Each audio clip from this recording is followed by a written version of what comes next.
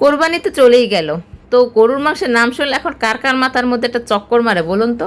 আমার মতো কে কে আছেন যারা একবেলা গরুর মাংস খেলে পরের বেলা আর ভাত খেতে পারেন না?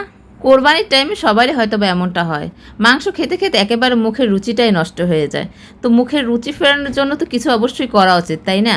তো মুখের রুচি ফেরানোর জন্য দারুণ কার্যকর কিন্তু এই খাবারটা।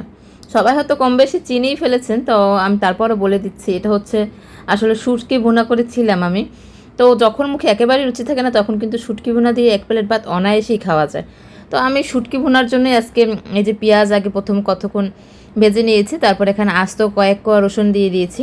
শুটকিতে কিন্তু রসুনটা আর কাঁচামরিচটা খুব ভালো যায়, আস্ত রসুন দিলে কিন্তু খেতে খুব ভালো লাগে। আর সাথে বেশি করে কাঁচামরিচ দিয়ে দেবেন ঝালের জন্য।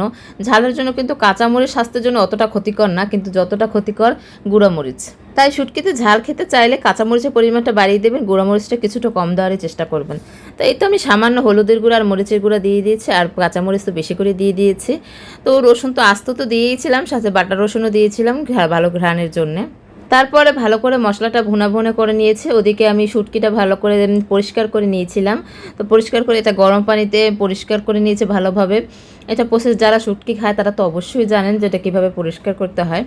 তো সেটা আমি আর দেখালাম না। তো শুটকি পরিষ্কার করে রেখেছিলাম, সেটাই এখন দিয়ে কিছুক্ষণ ভুনা করে নিচ্ছি। সাথে আমি এখানে দিয়ে দিচ্ছি বেগুন আর আলু। অনেকেই অনেকভাবেই খায়, তো বেগুন আলু দিয়ে খেতে আমার ভালোই লাগে। আর যেহেতু আজকে অন্য কোনো তরকারি রান্না করবো না, শুধু এই শুটকি দিয়ে ভাত খাবো, তো সেজন্য ভাবলাম একটু বেগুন আলু দিয়ে দিই বেশি করে।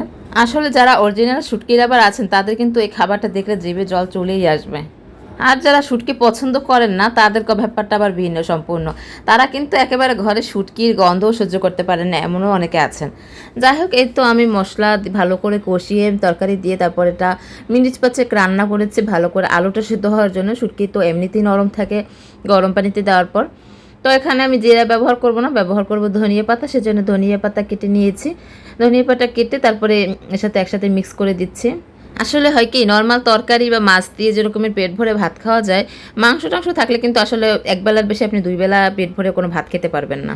এটা আসলে আমার একার ক্ষেত্রে হয় কিনা জানি না, আমার মনে হয় এটা অনেকের ক্ষেত্রেই হয়ে থাকে।